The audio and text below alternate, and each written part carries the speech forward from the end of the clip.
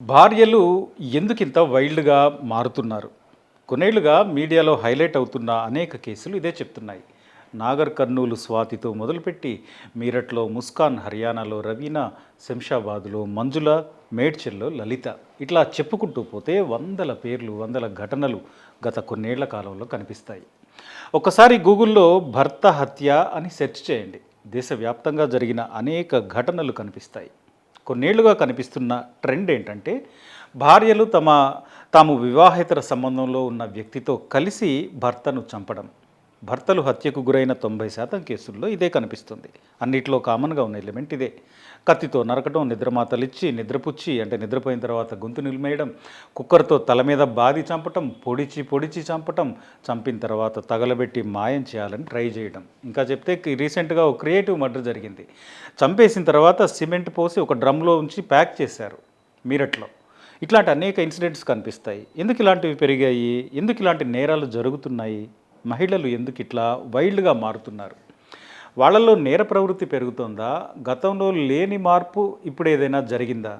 భారతదేశంలో మహిళలు సున్నితంగా ఉంటారని, శాంతంగా ఉంటారని చెప్పుకుంటాం. కానీ ఇట్లాంటి సంఘటనలు ఏం చెప్తున్నాయి? దానికి భిన్నంగా ఎందుకు కనిపిస్తోంది? ఇవన్నీ చర్చించాల్సిన విషయాలే.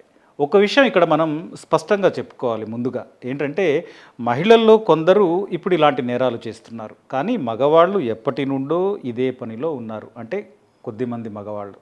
ఇళ్లలో వేధించడంతో మొదలుపెట్టి అడ్డు తొలగించుకోవడానికి చంపడం వరకు ఇన్నేళ్లుగా మగవాళ్ళ పేటెంట్ రైట్ లాగా అనేక ఇన్సిడెంట్స్ కనిపిస్తాయి. ఇప్పుడు కొత్తగా అక్కడక్కడ జరుగుతున్న భర్తల హత్యలు ట్రెండ్‌కి భిన్నంగా ఉన్నాయి కాబట్టి అవి ఎక్కువగా చెప్పుకుంటున్నారు. అవి మీడియాలో వైరల్ అవుతున్నాయి. అంటే ఇప్పుడు భర్త భార్యను చంపితే వార్త కాదు.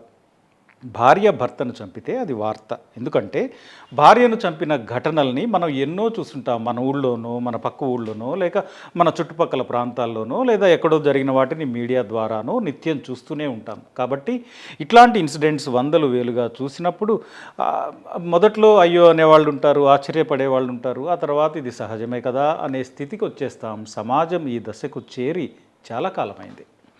అలాంటి నేరాలు పెద్ద విషయం కాదు అనేలా మారిపోయింది. కానీ ఇప్పుడు భార్య భర్తను చంపితే అది ఖచ్చితంగా వార్తే అనే దశలో మన సమాజం ఉంది. ఎందుకంటే మన సమాజంలో భార్య లేదా మహిళ అంటే ఎలా ఉండాలో కొన్ని నమూనాలు ఉన్నాయి. వాటికి అనుగుణంగా బతికే వాళ్ళు 99% మంది ఉంటారు.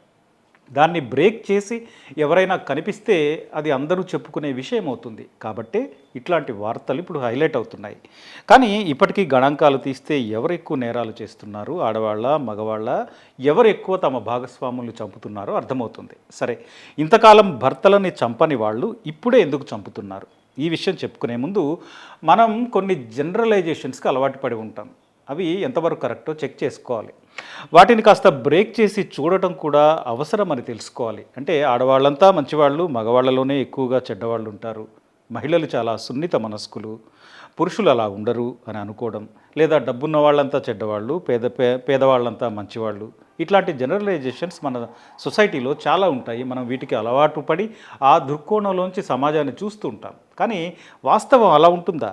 ఖచ్చితంగా ఉండదు. ఎందుకంటే అవకాశం, అవసరం, తెలివితేటలు, సమాజ పరిస్థితులు, ఆర్థిక పరిస్థితులు అంటే కాలమాన పరిస్థితులకు అనుగుణంగా మనుషుల స్వభావాలు ఉంటాయి. వాళ్ళ ప్రవర్తన ఉంటుంది. బోనులో పెట్టినప్పుడు ఎవరికీ సొంతంగా నిర్ణయాలు తీసుకునే అవకాశం ఉండదు. మహిళలు అలాంటి జీవితాల్లోనే వందలేళ్లుగా ఉన్నారు. తమ ఇష్టాయిష్టాల కోసం ప్రయత్నించే అవకాశం ఉండదు. కానీ ఇప్పుడు పరిస్థితులు మారుతున్నాయి. అందరికీ అన్నీ అందుబాటులోకి వచ్చే దిశగా ప్రపంచం నడుస్తోంది, పరిణామం చెందుతోంది.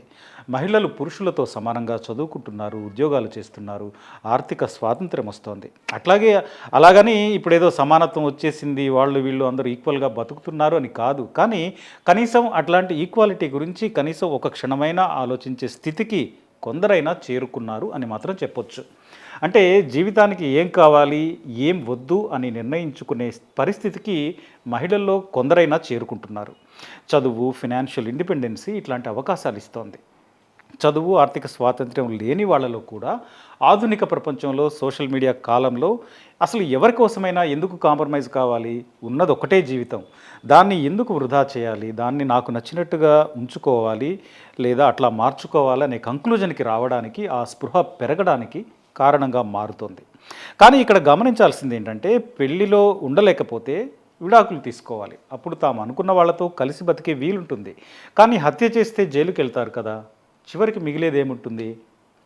ఈ విషయం హత్యలు చేసే వాళ్లకు తెలియదా? భర్తలను చంపే మహిళలకు తెలియదా? అంటే తెలియదని చెప్పలేం, కానీ తప్పించుకోగలం అనుకునే వాళ్ళు ఉంటారు కొంతమంది. మరికొంతమంది అప్పటికి తామున్న ఒత్తిడిలో, తమ జీవితం ఉన్న దరిద్రంలో ముందు వీడిని చంపేస్తే చాలు అనుకునే మూర్ఖత్వం కొంతమందిది. ఇవన్నీ కలిసి వాళ్ళని నేరస్తులుగా మారుస్తున్నాయి. అయితే ఇలాంటి నేరాల్లో, అంటే భర్తను భార్యలు చంపిన ఘటనల్లో భార్యతో పాటు కనిపించే ఆ మూడో వ్యక్తి పాత్ర కూడా పెద్దదే. దాని గురించి మనం పెద్దగా మాట్లాడుకోం. భార్యను మాత్రమే నేరస్తురాలిగా, భార్యను మాత్రమే హైలైట్ చేసి చూస్తూ ఉంటాం. ఆమె మాత్రమే దుర్మార్గురాలు అనుకుంటాం. కానీ అక్కడ మూడో వ్యక్తి పాత్ర కూడా కీలకమైంది. ఇక అదే సమయంలో మన దగ్గర పెళ్లి చేసుకోవడం తేలిక, కానీ విడాకులు తీసుకోవడం అంత ఈజీ కాదు. సమాజం దాన్ని సరైన నిర్ణయంగా భావించదు. కోర్టులు కూడా అంత తేలిగ్గా విడాకులు ఇవ్వవు. నాకు మరో వ్యక్తి నచ్చాడని లేదా నచ్చింది అని, కాబట్టి ఈ భర్తతో లేదా భార్యతో ఉండలేను అని ఏ వ్యక్తి అయినా కోర్టు ముందుకెళితే కోర్టులు మూసుకొని అవతలికి పో అంటాయి. అంటే కుటుంబ వ్యవస్థ నిలబడాలని, కుటుంబ వ్యవస్థని కూలిపోకుండా కాపాడాలని తాపత్రయపడే కోర్టులు విడాకులకు కారణాలు వెతుకుతాయి. అంటే ఎగ్జిట్ అంత ఈజీ కాదు. ఎగ్జిట్ కాస్త తేలిగ్గా ఉంటే పెళ్లి నుండి బయటికి రావడం, బయటికి వచ్చి నిలదొక్కుకోవడం తేలిగ్గా కనిపిస్తే ఇట్లాంటి నేరాలకు బహుశా అవకాశం తగ్గుతుందేమో. కానీ ఎగ్జిట్ కనిపించని జీవితంలో చాలామంది ఉంటారు. అందులో ఎక్కువగా మహిళలు ఉంటారు.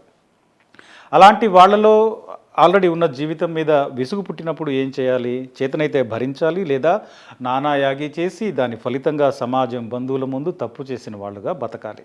ఇవన్నీ భరించే ఓపిక, ఏళ్ల తరబడి ఓపికగా పోరాడి తమను తాము నిలబెట్టుకునేంత కన్స్ట్రక్టివ్ అప్రోచ్ తీసుకోగల తెలివి లేని వాళ్ళు, సహనం లేని వాళ్ళు మగవాళ్ళలో ఉంటారు, ఆడవాళ్ళలో ఉంటారు. అలాంటి వాళ్ళు చేసే పనులు చివరికి ఇలాంటి హత్యలకు దారితీస్తాయి.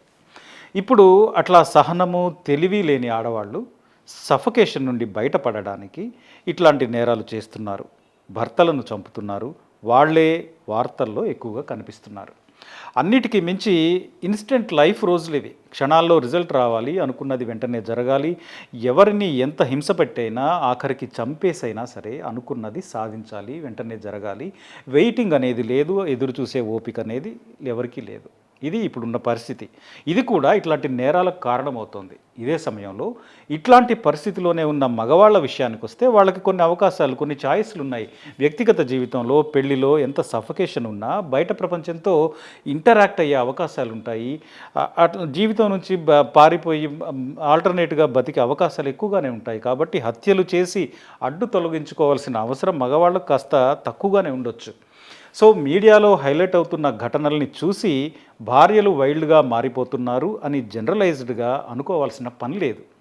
మగవాళ్ళు ఎప్పటి నుంచో వైల్డ్గానే ఉన్నారు, అది కొనసాగిస్తూనే ఉన్నారు. ఇప్పుడు మహిళల్లో కొందరు ఈ కేటగిరీలో చేరుతున్నారు అని అర్థం చేసుకోవాలి. దాని వెనుక కారణాలను గుర్తించి వాటిని అడ్రస్ చేయలేకపోతే ఇలాంటివి ఇంకా జరుగుతూనే ఉంటాయి.